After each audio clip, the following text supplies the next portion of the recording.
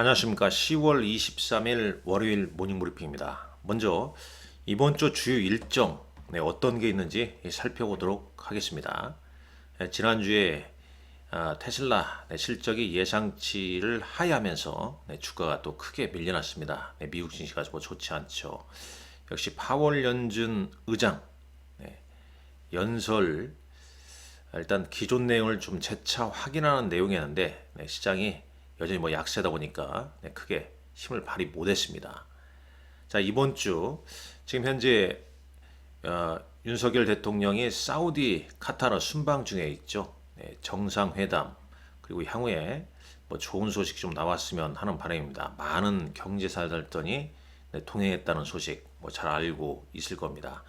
자, 10월 23일 오늘 카카오 김범석 의장이 금감원에 출석한다는 그런 일정이 있죠. 그리고 유진 테크놀로지, 유투바이오가 공모 청약 이틀에 걸쳐서 하고요.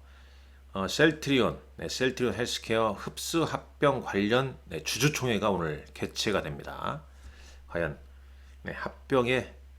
합병이 될 것인지 아니면 합병이 안 될 것인지 오늘 주주총회 내용을 잘 좀 살펴봐야 할 것 같습니다.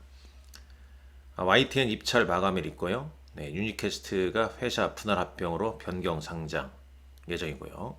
자, 10월 24일 화요일 이 포스코홀딩스, 포스코인터내셔널 실적 발표가 예정되어 있습니다.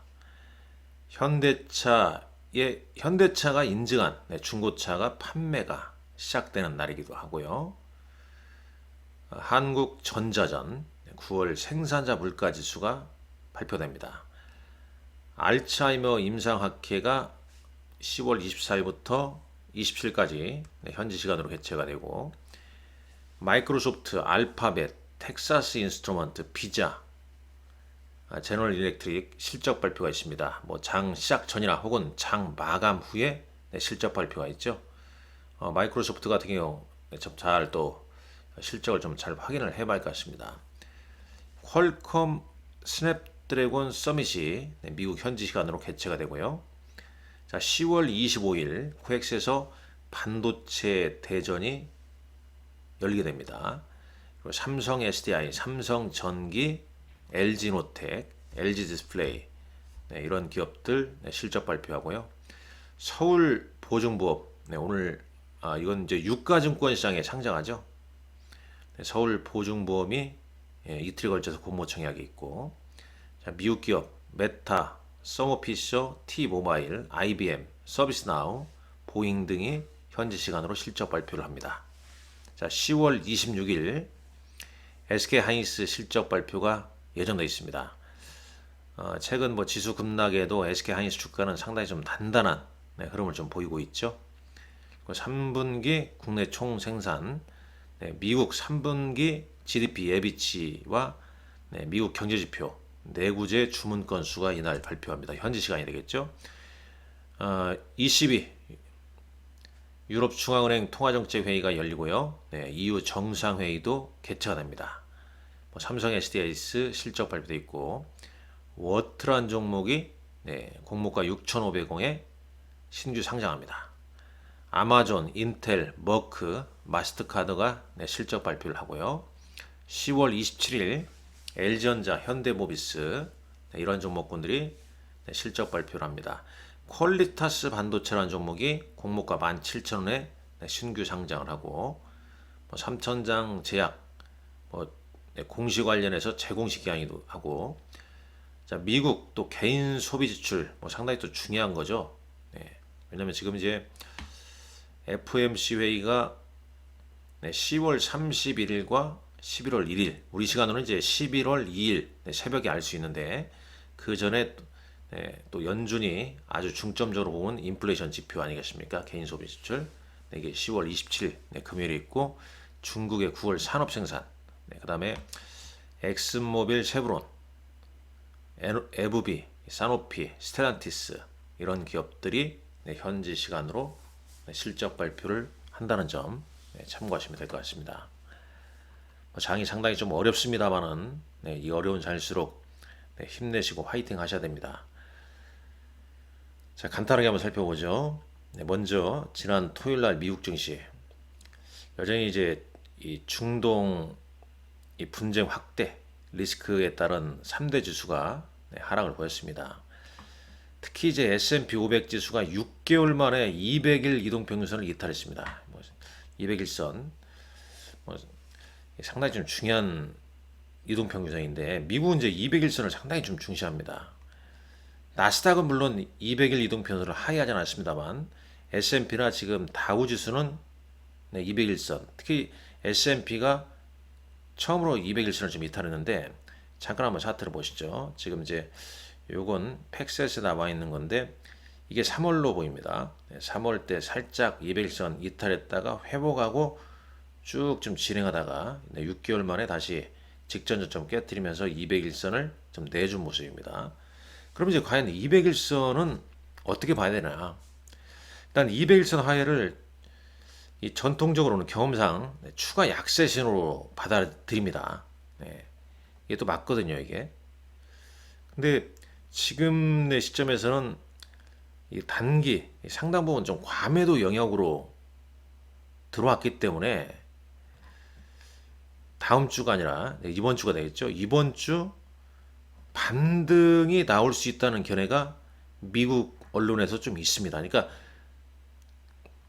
의견이 엇갈린다는 거죠. 추가 약세 하락이냐 아니면 길적 반등이냐 이런 이제 의견이 좀 엇갈리고 있고 파이퍼 샌들러의 크레이크 존슨이라는 사람이 이 사람은 이제 후자를 선택했죠. 시장이 상당히 지금 과매 상태다.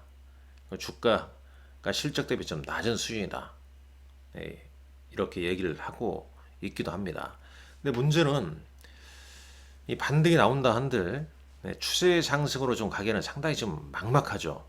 왜냐하면 안에 이제 블룸버그에 나와 있는 기사 내용도 보게 되면 지금 이제 중동의 어떤 진행되는 상황이 상당히 좀 좋지가 않습니다. 유가, 그러니까 석유 유가와 주식시장의 변동성이 아주 커지고 있고요. 그 다음에 투자가들이 어떤 투자자들의 어떤 그들의 전략을 이 재평가하기 시작하고 있고, 그 다음에 위험 자산에서 이 안전 투자로 포커스를 좀 이동시키고 있다는 겁니다. 이렇기 때문에 200월선을 이제 일시로 하회를 했습니다. S&P 500 기준으로. 뭐 낙폭과대, 과매도한 반등이 나온다 하더라도 이 중동이었던 리스크, 이스라엘과 이 하마스 간의 이 전쟁이 중동 전역으로 확대되지 않아야겠죠. 주말에도 뭐 그다지 좋은 소식은 뭐 들리진 않습니다. 물론 이제 이집트를 통해서 구호물자가 전달되고 있다라고 하고 있습니다만 또 다른 시장이 좀 부담되는 뉴스도 좀 있고 뭐 그러하죠. 유가는 계속 여전히 흐름이 강한 흐름입니다. 물론 지난 뭐 금일자 미국 시간으로 금일자는 이제 유가가 소폭 좀 하락을 했는데 지금 잠깐 볼까요? 국제 유가 트레이딩 이코노미스닷컴 통해서 좀 보고 있는 동안 자 배럴당 88달러까지 88달러네요. 88달러 52센트입니다. 자 여기 좀 써놨었죠. 89달러. 자 코스피 200 야간 선물 지수는 마이너스 1.50포인트 하락 마감했고, 자 원달러 환율은 지난 금요일보다는 조금 낮은 채 끝났습니다. 지금 변동이 좀 있나요? 볼까요? 여기서 보시죠. 자, 이 차트, 이 공포지수 차트 VIX인데 이렇게 최근 4거래일 연속 상승을 좀 보이고 있습니다. 당연히 이제 VIX와 나스닥이나 S&P 차트와는 거꾸로 좀 진행되고 있죠. 잠깐 여기서 이거 볼까요? 200일선을 이탈한 모습 잠깐 보겠습니다. 자, 이렇게 돼 있죠, 지금요. 200일선을 좀 이탈했습니다. 직전 저점으로 완전히 깬 건 아니죠. 근처에 좀 왔고. 자, 나스닥 지수는 아직 200일선이 좀 아래에 있습니다. 200일 이동평균은 12,726. 그러니까 보통 요 정도까지 빠지게 되면 반등이 한번 나오거든요. 이렇게 깼다가 이렇게 들어올리는 이런 흐름이 한번 나오거든요. 그래줬으면 하는 바람이고요. 네. 자, VIX가 21.711 기록했고, 자, 10년물 국제금리 이게 상당히 지금 우리한테도 부담 아닙니까? 4.9입니다. 네. 뭐 장중에 5%까지도 좀 넘었었죠. 이게 좀 부담 아니겠습니까? 네, 지금 요게 전 세계 어떤 금리 척도가 되는데 우리 3.5지 않습니까? 기준금리가. 네, 미국은 5.5고요. 그러니까 이제 괴리가 상당히 좀 큰 거죠. 그러니까 하는 입장에서 이런 상태로 좀 진행되게 되면 차기 금통위에서 금리 인상을 할 수도 있다. 뭐 그런 얘기도 슬슬 나오지 않겠냐?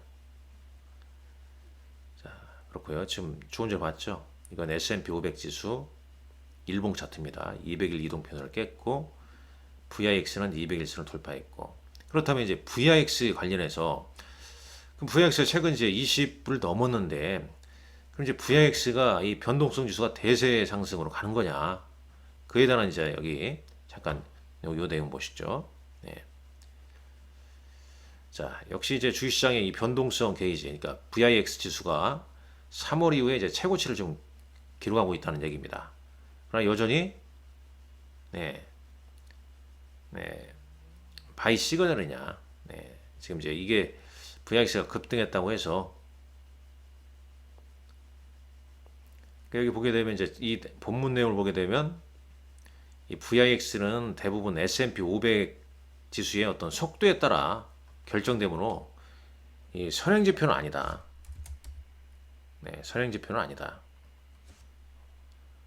자, 선행 지표는 아니다. 뭐 그런 말이 좀 있고요.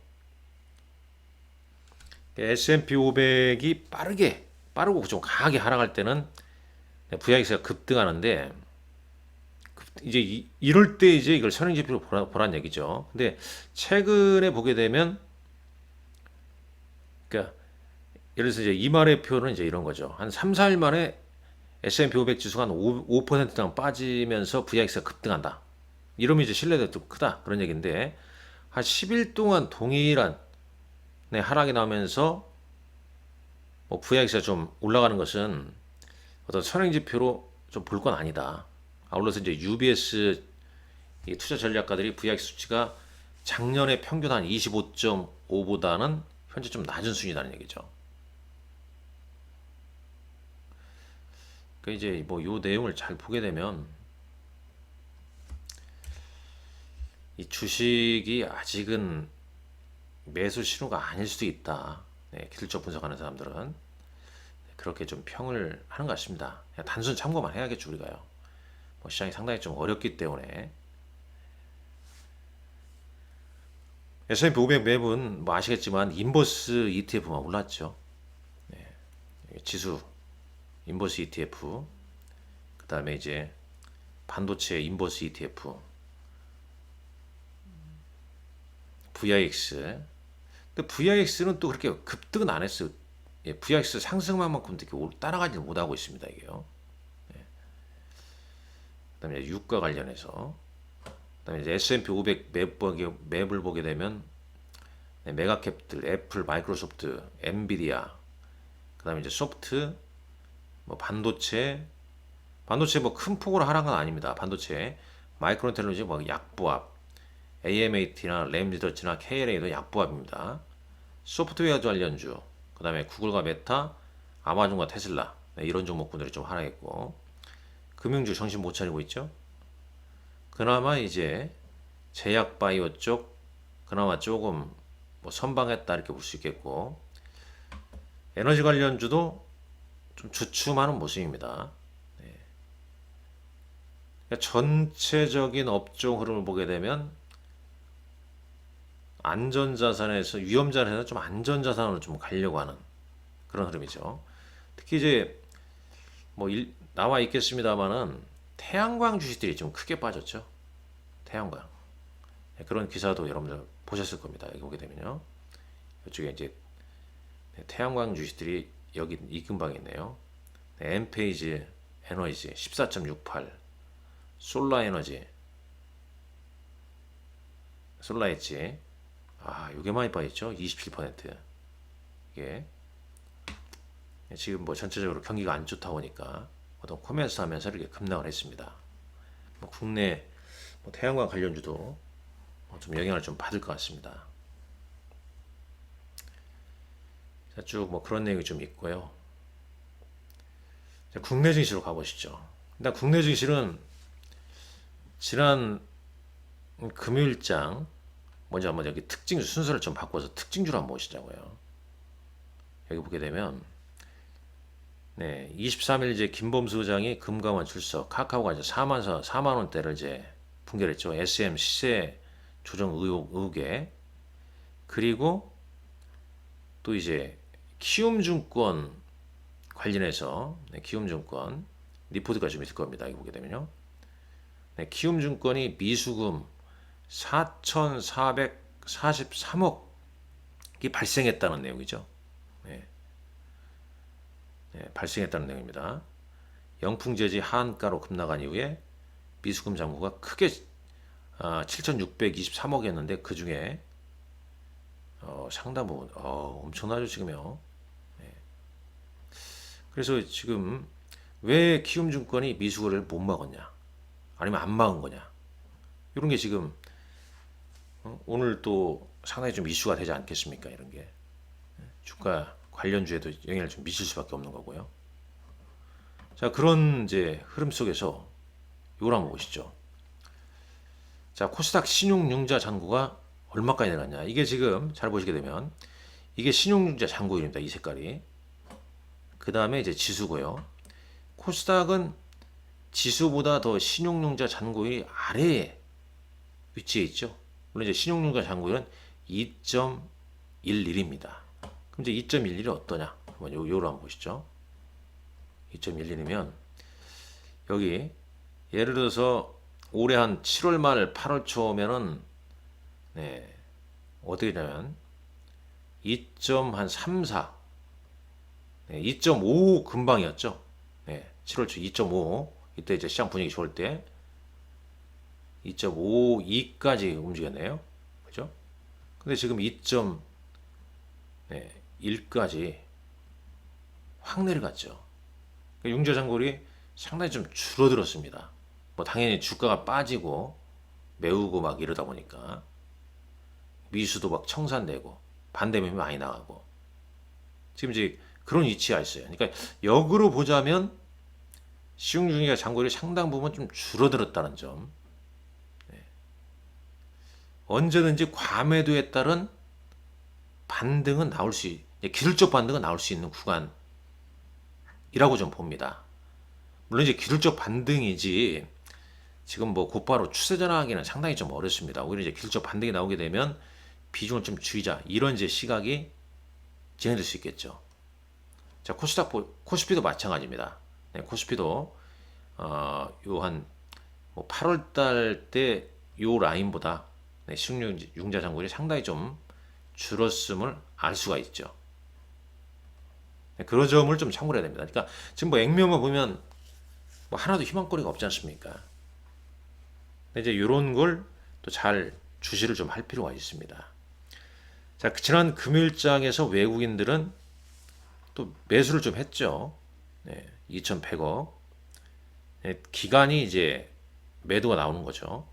손절 매수 물량이 상당히 좀 나오는 거고, 그 물량을 개인이 좀 받아치고 있고, 코스닥은 개인 순매도, 반면에 이제 기관은 좀 순매수를 했습니다.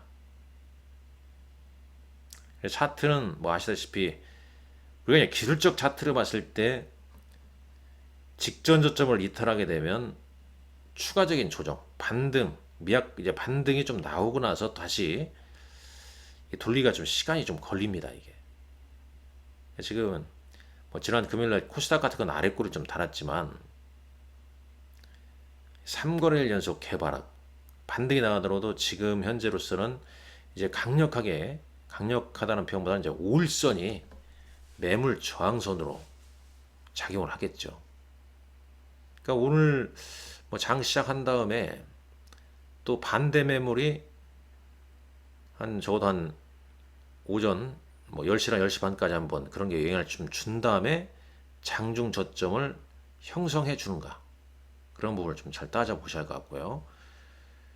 삼성전자 외국인 순매수가 4거래일입니다만은 이틀째 순매수 폭은 좀 줄어들었습니다.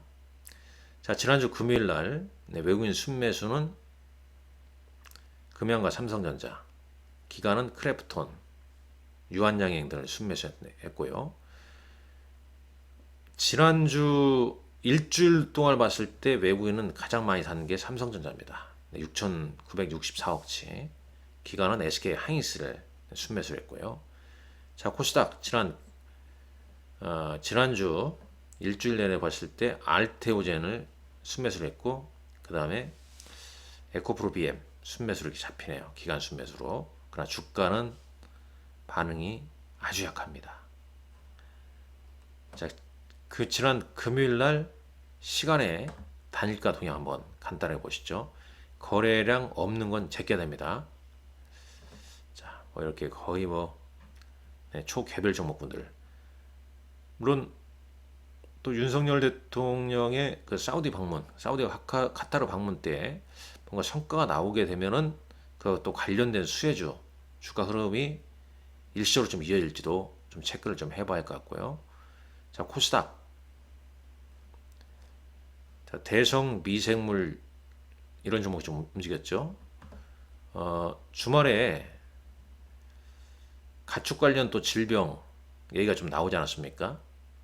그 관련해서 일시적인 또 흐름이 좀 나올지, 금일장에서는 대성 미생물이랄지 이글벳이랄지 이런 종목군들이 시간에서 상승을 한 모습입니다. 자, 일정은 말씀을 드렸고 여전히 좀 어렵고 힘든 구간입니다. 잘 좀 이겨내시고요. 또 기회가 오리라고 오고 있습니다. 주식으로 좀 되어 있는 분들은 좀 인내심을 좀 가져야 할 것이고, 현금 있는 분들은 또 좋은 기회를 좀 잘 잡아야 하는 그런 기회가 좀 다가오지 않겠냐, 이렇게 생각하면서 오늘 모닝 브리핑 마치도록 하겠습니다. 감사합니다.